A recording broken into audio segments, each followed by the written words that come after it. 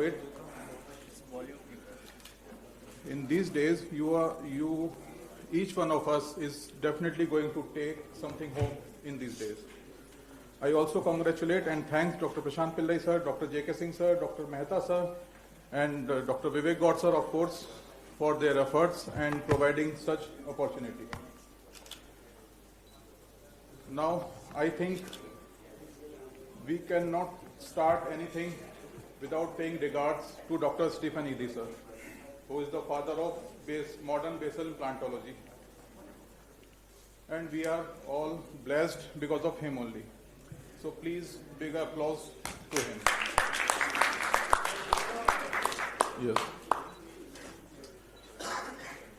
Before I start my topic, I would like to mention two special names here. Dr. Vivek Gaur sir and Dr. Lakshya Yadav sir. Both of them have been my mentors, my guru, my inspiration, my motivation. I truly, truly look up to them. Yes, Dr. Vivek Gaur sir, as you all know, wherever and whenever he placed the implant, that became rule for us. So what a golden hand he has. He has always motivated me to grab challenging cases and guided me through them. Even today, I still spend 30 to 40 minutes observing every OPG or every post-op OPG that done by sir. And every challenging case that done by sir always tell us, first comes the will, then comes the skill. And yes, Dr. Lakshya Yadav sir has been my professor during my PG days, and I have witnessed the amount of energy and enthusiasm he has towards his work. To be honest, he is the only one who made me take my first step towards implantology. And I remember in those days, because of him only, I was used to place conventional implant flaplessly in routine basis. So guys, to be honest, I owe a lot to these two people in my life. So please give a big applause to them. Now, come to my topic for today is nasal floor engagement and canine bypass. First of all, I will talk in brief about strategic implantology.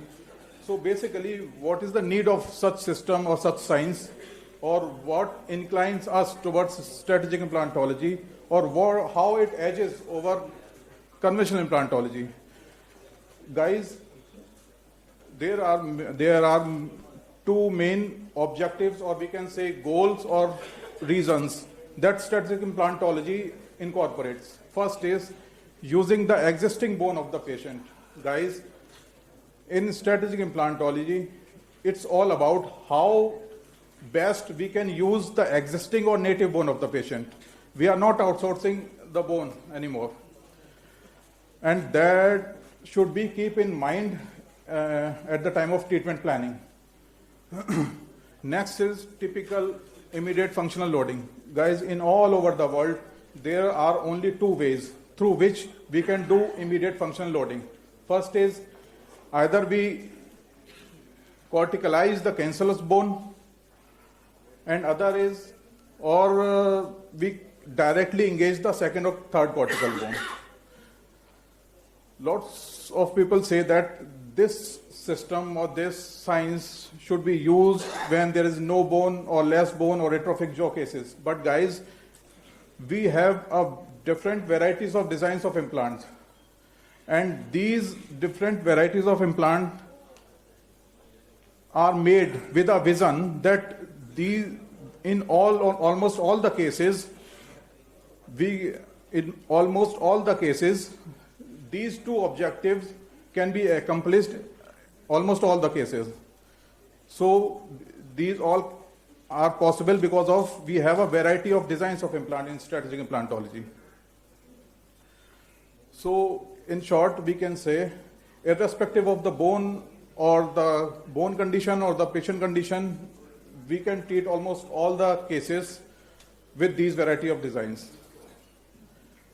Now coming specifically to nasal floor engagement.